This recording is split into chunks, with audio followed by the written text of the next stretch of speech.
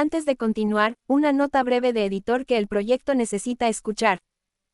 Llevamos una lista de reproducción que ha crecido hasta incluir más de una docena de figuras, y algunas, Voltaire, Montesquieu y Rousseau entre ellas, entraron con el compromiso de un análisis que todavía no hemos ejecutado.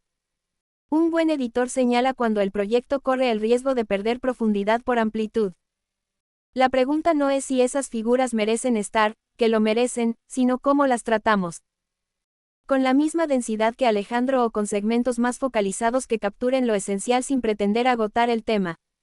Mi sugerencia es esta. Cuando lleguemos a los pensadores del iluminismo, hacemos segmentos más concentrados que se enfocan en el aporte específico de cada uno al hilo del proyecto, que es el poder y sus patrones, sin intentar la biografía completa.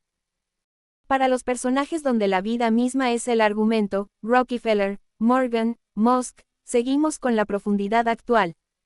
Tú decides. Continúo con lo que quedó pendiente. Numeral Rockefeller y Morgan, segmento 2. Estilo narrativo. Ken Follett.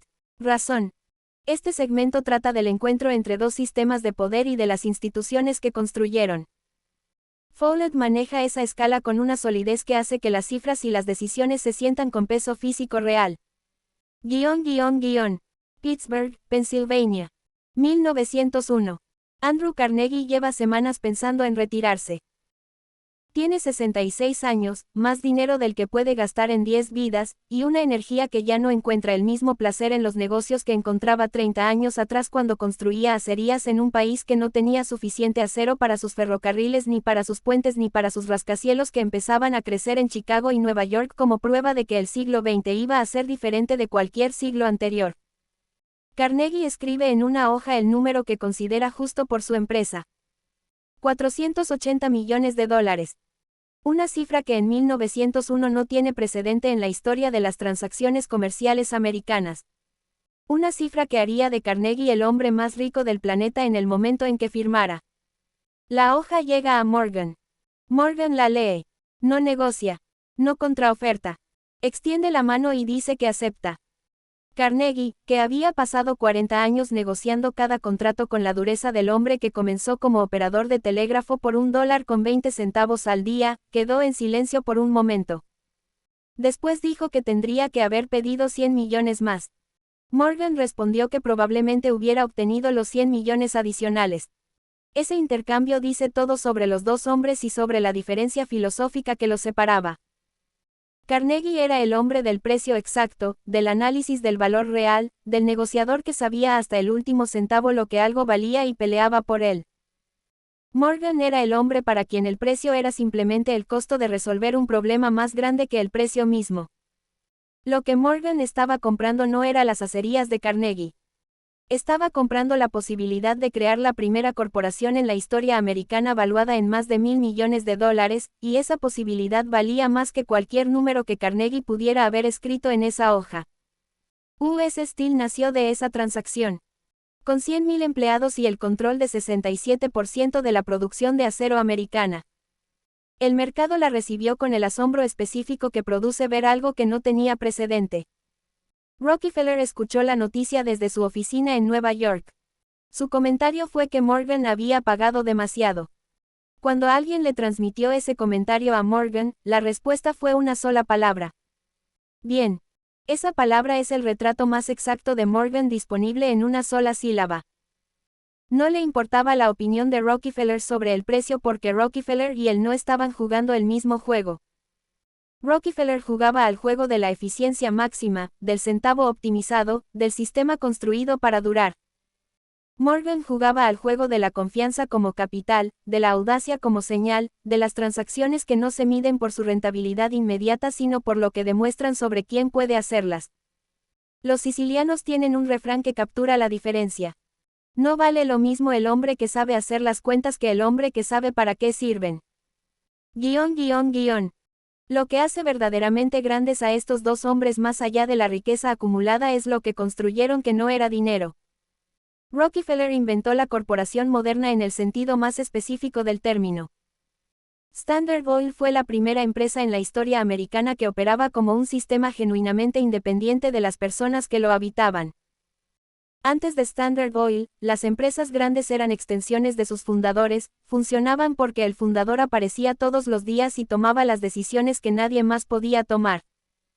Standard Oil funcionaba porque Rockefeller había estandarizado los procesos hasta el punto de que la decisión correcta en cada situación estaba documentada y era replicable por cualquier gerente competente. Eso parece técnico y es en realidad una de las transformaciones más profundas en la historia del poder económico. Antes de Rockefeller, el poder económico a gran escala requería un gran hombre. Después de Rockefeller, el poder económico a gran escala podía ser institucionalizado, y esa institucionalización cambió la naturaleza de las corporaciones para siempre. Musk enfrenta exactamente la tensión opuesta. Tesla y SpaceX son en muchos aspectos más parecidas a las empresas pre-rockefellerianas que a Standard Oil. Dependen de Musk de una manera que sus competidores no dependen de sus CEOs, porque Musk no solo dirige las empresas sino que es la razón por la que muchas personas confían en ellas, invierten en ellas, trabajan en ellas con una dedicación que el mercado laboral normal no produce. Cuando Musk tuiteaba sobre un producto de Tesla, las ventas respondían. Eso no es un sistema Rockefeller. Es un sistema Morgan, y heredó la vulnerabilidad de Morgan. Que cuando el hombre no esté, la pregunta de quién llena ese espacio no tiene respuesta obvia. Morgan inventó la banca de inversión moderna como instrumento de organización económica. Antes de Morgan, el capital europeo llegaba a América en flujos irregulares a través de canales múltiples y poco coordinados. Morgan creó el mecanismo que permitía que el capital más grande del mundo, el capital inglés acumulado durante la Revolución Industrial, fluyera hacia la economía americana con la eficiencia y la escala que esa economía necesitaba para crecer a la velocidad que creció entre 1870 y 1913. La paradoja de Morgan es que el instrumento que creó para organizar el capital terminó siendo la justificación para la creación del instrumento que lo reemplazó. La crisis de 1907 demostró tan claramente que el sistema financiero americano no podía depender de la existencia de un solo hombre para funcionar que el Congreso creó la Reserva Federal en 1913, el año en que Morgan murió. El Banco Central Americano fue la respuesta institucional a la pregunta que la vida de Morgan planteaba. ¿Qué pasa cuando el hombre que sostiene el sistema ya no está? Morgan murió en Roma en marzo de 1913, de 75 años, en el Gran Hotel. Su fortuna personal, que muchos imaginaban la más grande del mundo, resultó ser relativamente modesta comparada con lo que movía. Aproximadamente $80 millones. Rockefeller, al enterarse, dijo que Morgan no había sido tan rico como pensaban. Lo que Rockefeller no entendió, o entendió y no le importó decirlo correctamente, es que Morgan nunca había buscado ser rico en el sentido de Rockefeller. Había buscado ser necesario. Y lo había logrado de una manera que ningún número en una cuenta bancaria podía medir. Los judíos tienen un dicho que cierra este segmento con la precisión que el material merece. Hay hombres cuyo valor solo se ve cuando ya no están. El banco central que Morgan nunca quiso crear fue el monumento más honesto que la historia le construyó. Fin del segmento 2. Dime continúa y pasamos a Elon Musk con la profundidad que merece, usando todo lo que hemos construido en este proyecto como el contexto que hace su análisis más rico de lo que cualquier perfil periodístico puede producir.